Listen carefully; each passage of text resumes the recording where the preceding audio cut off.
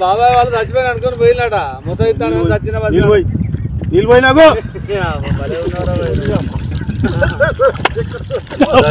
దీనికి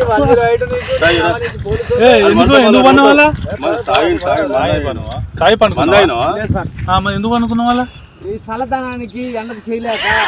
కన్నీకి ఓడిపోయి వచ్చిన గెలవలేక ఏం చేసావు 10 రోజుల నుంచి గణేట్ చేత నాతో గట్టించి నా కష్టం దోచుకొని గణేట్ రాయ్ నాకు అంటే డబ్బులు ఇచ్చారు కానీ శ్రమ